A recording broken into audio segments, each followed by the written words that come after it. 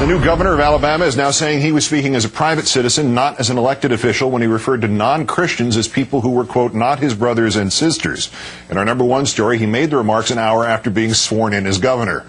Robert Bentley made it clear during his run for office that in addition to being a conservative Republican, he was also a Baptist deacon. At his inauguration in Birmingham on Monday, unfortunately the Birmingham in this country, Bentley promised to be the governor of all Alabamians. Then he went and spoke at a Baptist church in honor of Martin Luther King Day. Gets better and better. The Birmingham News printed some less inclusive text from Bentley's speech in church, quoting, "If you're a Christian and you're saved, it makes you and me brother and sister." Now, I will have to say that if we don't have the same daddy, we're not brothers and sisters. So anybody here today who has not accepted Jesus Christ as their Savior, I'm telling you, you're not my brother and you're not my sister, and I want to be your brother. Roll Tide? It turns out some of the thousands and thousands of non-Christian citizens of Alabama were not happy about being disinvited to the Bentley Christian family picnic. The head of the Birmingham Islamic Society said the governor's words were quite disturbing. The head of the Birmingham Jewish Federation said such comments tend to disenfranchise those of a different religious view. The president of the American Atheists called the remarks disgusting and bigoted. Yesterday, on day 3 of his administration, Governor Bentley held his first full-on crisis mode news conference. I want to tell people that I am sorry if I offended anyone in any way, whether you are a Baptist or whether you're Jewish, whether you're Muslim, whatever you are, I'm going to be your governor. The people in the church understood because I was speaking as a evangelical Christian who's a Baptist, speaking to fellow Baptists. And we used some terminology that other people of other religions may not at times understand. I'm joined now by Maysoon Zayed, the executive producer of the New York Arab American Comedy Festival. She'll also be appearing later tonight at the Broadway Comedy Club here in New York City. Hi. Hi. Thanks for having me. My pleasure. Just for background, you're not from Alabama and you're not a Baptist, correct? No, unfortunately, I'm neither of those things, but I am from New Jersey, so I can identify. So, does this offend you? I mean, are you offended that either that you can't be the governor's sister or that he's talking about this stuff? I mean, first and foremost, I'm shocked because this is crazy, even for Alabama. It really is. And I find it offensive that this was done on Martin Luther King Day in a place where Martin Luther King spoke. This man is using the fact that he's a bigot to prove that he's not a racist. Because his initial comment was, I don't see skin color, just religion. Yeah, it's very good. He can see through the skin color and be prejudiced without even that easy marker, right? Exactly. And he still seems to be digging. Besides the lovely "I'm sorry if you're offended" apology, he now says that at the end there that non-Christians don't understand his Baptist language. Well, let me read it to you again. Anybody here today who has not accepted Jesus Christ as their Savior, I'm telling you, you're not my brother and you're not my sister. What am I missing there? What I got from that statement was that I'm not his sister. Right. And I also was very creeped out by the use of the word daddy. But I think he left out something important because he's saying we're not his brothers and sisters because we don't have the same daddy.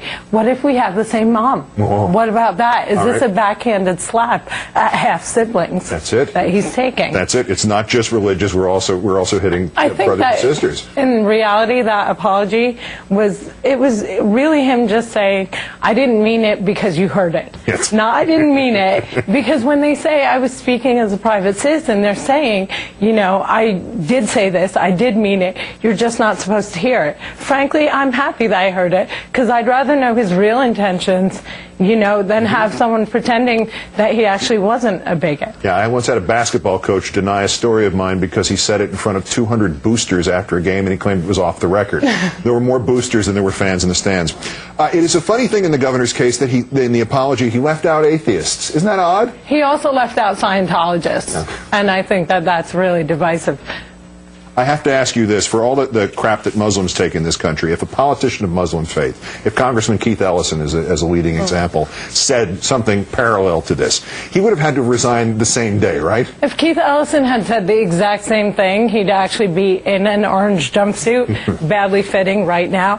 But I think that, like, what this points to is the fact that separation of church and state is kind of an illusion, because the fact of the matter is, people talk about God every day in whatever context they want. on. Our former president said, invoke the name of God so much that if I took a shot every time he said God, I would have died of alcohol poisoning.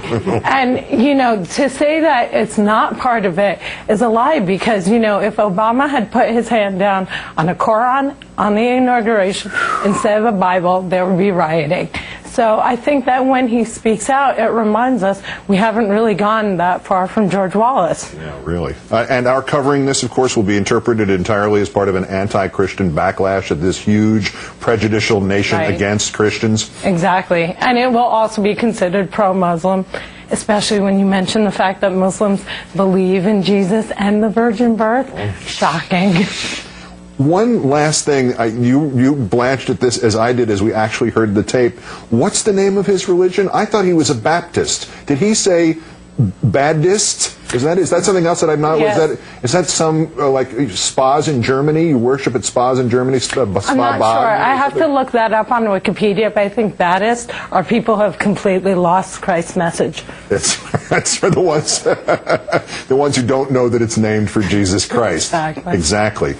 It is such an extraordinary commentary that a guy like this becomes governor, and then it's our fault that we're offended when he said that. It's really amazing. And like when I sit there and say, you know, I grew up in an Italian Catholic town. I was never ever treated as an other. I used to go to Christmas Eve, midnight mass.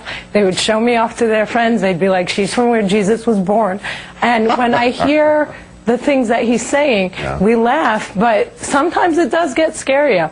You know, and when Rick Lazio's screaming, when this guy is like talking seriously about people not being his brothers and sisters, I don't want you to be my brother. I'd have to make excuses for you all the time. That's right. This is my crazy brother.